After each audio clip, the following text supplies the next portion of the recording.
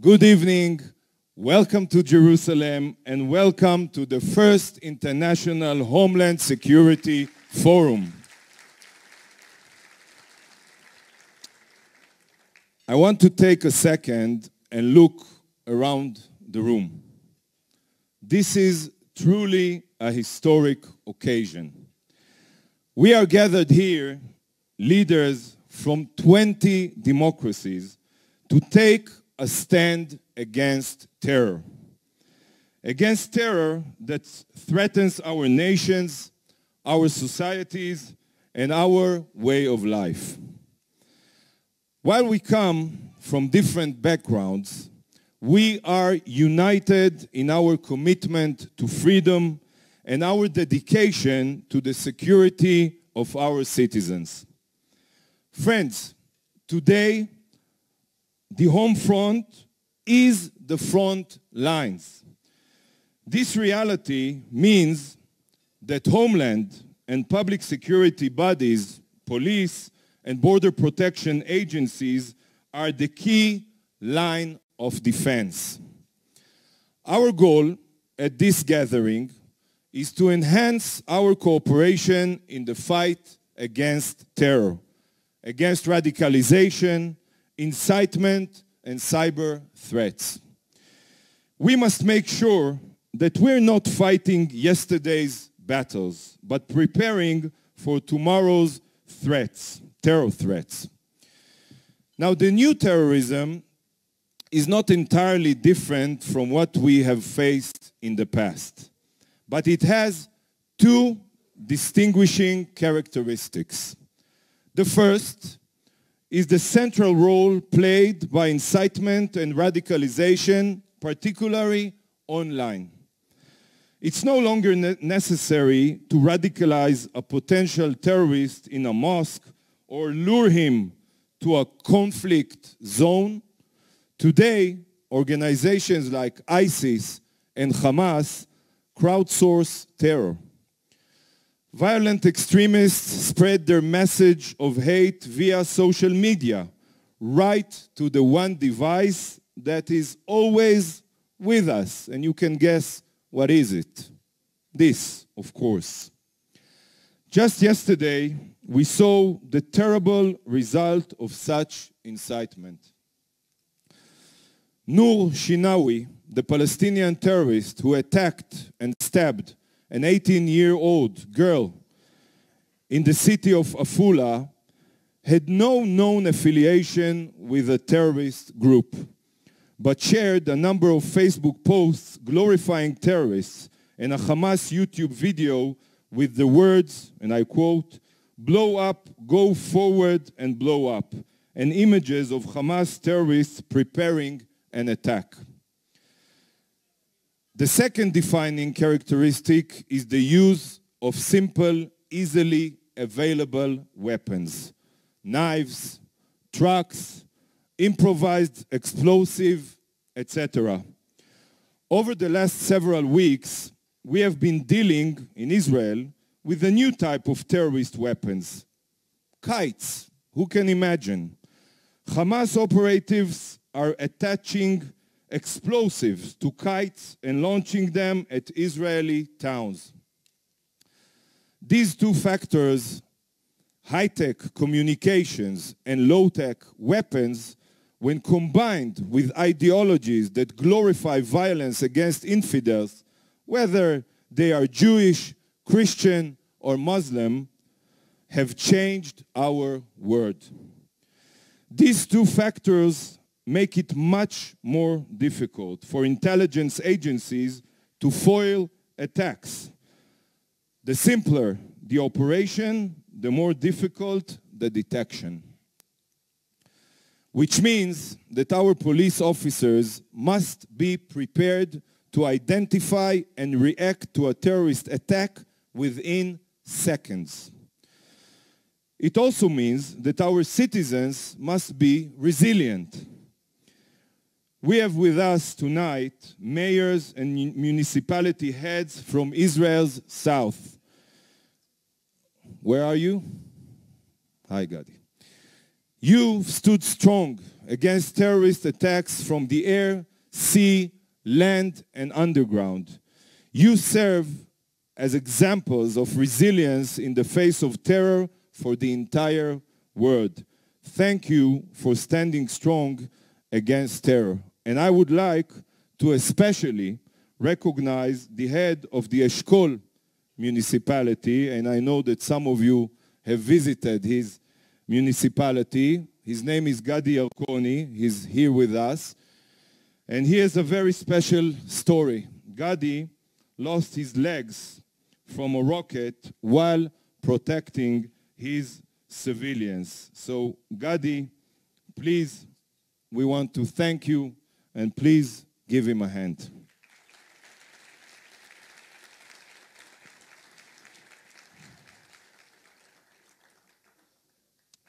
Now, we in Israel have become, for better or worse, a startup nation, not just in high-tech, but in counter-terror as well. Since the start of the latest wave of lone wolf terror in Israel, it was September 2015, we have experienced, and I'm not proud, but those are the facts, more than 440 serious attacks. We've had to devise new strategies in the operational, technological, intelligence, and legal spheres. In the face of online incitement, we've greatly improved our web intelligence. This has enabled us to stop more than 200 attacks before they happened.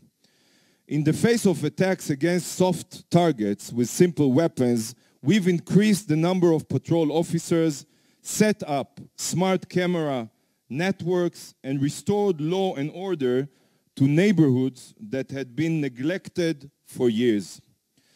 These measures have been fairly successful. In most cases, we're able to end terror attacks today within seconds or maximum minutes. We suffered 170 serious attacks in 2016, 90 in 2017, and 26 so far this year, though that is still, of course, 26 too many. We must never let up in the fight against terror.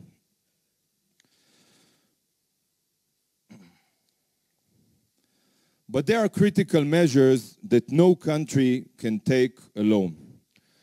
Countering terrorist incitement on the World Wide Web requires a worldwide effort. We must make two demands of the social media companies. The first is to immediately remove terrorist content flagged by law enforcement. I'm already advancing legislation which will give courts in Israel the authority to block terrorist and illegal content online. The next, even more important stage is to promote regulations that will require social media companies to proactively remove terrorist content. These companies already collect huge amount of data on all of us in order to make money, as you know. They must use those same capabilities to save lives. And if they won't act, then we must. And the time to act is now, friends. While some of the social media companies have become more responsive, I must say, others have not. Take Twitter, for example. Made many positive statements at the recent Global Internet Forum to Counter Terrorism meeting. However, the fact is that Twitter continues to allow United States and European Union designated terrorist organizations such as Hamas and Hezbollah to operate official channels that spread these groups' propaganda. I've sent a letter yesterday to the leadership of Twitter, making it clear, after we turned to them many times, that if they do not close the accounts of these groups and their leaders, we will ask the police and attorney general to consider opening an investigation into Twitter, both for violation of Israel's anti-terror laws and in the near future, under the legislation I'm advancing to place responsibility for terrorist content on the internet companies.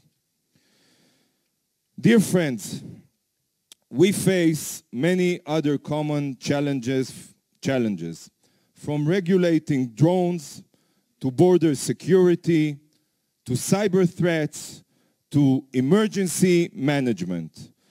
Over the next 2 days, we will have a chance to hear from experts and learn from each other.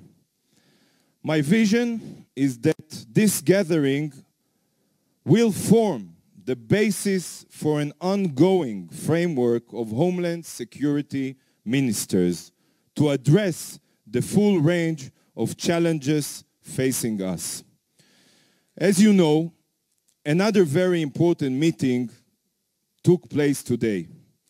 The successful summit between President Trump and North Korean leader Kim Jong-un, and North Korea's willingness to denuclearize are very exciting developments.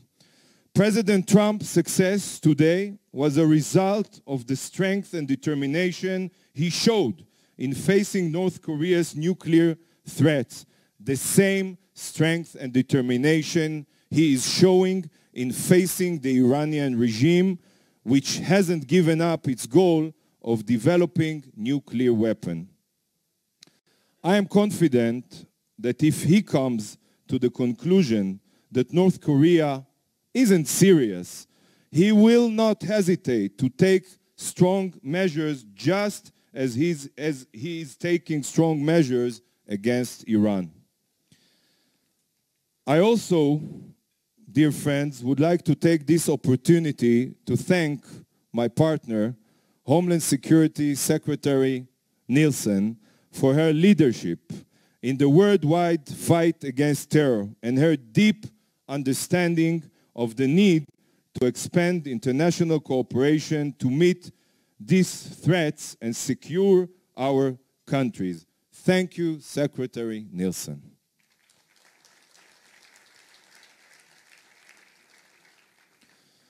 In facing those that threaten world peace, whether dictatorships or terrorists, we must always act from a position of strength and determination.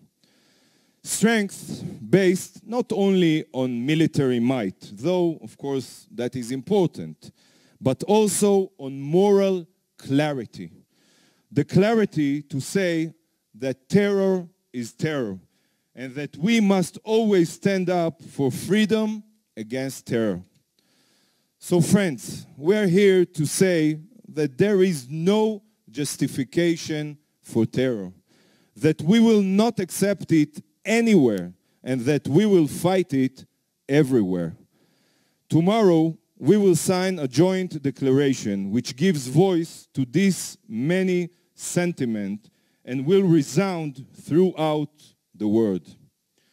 My fellow ministers, thank you for being here.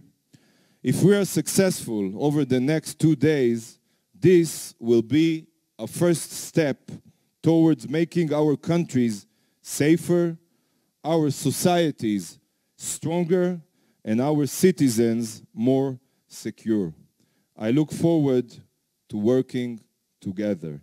Thank you from the bottom of my heart. Thank you.